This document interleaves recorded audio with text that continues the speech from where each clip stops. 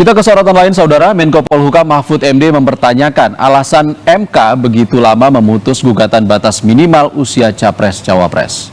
Mahfud menyebut MK tak berwenang mengubah aturan itu. Hal ini diungkap Mahfud usai ratas di istana bersama Presiden Jokowi. Mahfud menyebut MK tak berwenang mengubah aturan batas minimal usia Capres-Cawapres yang kini digugat di MK. Menurut Mahfud, persoalan itu masuk kategori open legal policy dan pemerintah serta DPR lah yang bisa menentukan itu. Menurut saya itu open legal policy. Yang menentukan itu adalah positif legislator. Positif legislator itu DPR dan pemerintah. Kalau Mahkamah Konstitusi itu kerjanya negatif legislator, artinya hanya membatalkan kalau sesuatu bertentangan dengan undang-undang dasar.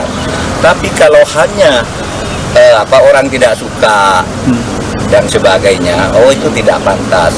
Tapi tidak dilarang oleh konstitusi. MK tidak boleh membatalkan sesuatu yang tidak dilarang oleh konstitusi. Nah, kalau itu dipersoalkan, minimal harus 35, maksimal 70. Itu siapa yang boleh menentukan? Bukan MK. Itu open legal policy, artinya harus DPR. Menurut saya sederhana sih, kok terlalu lama memutus itu.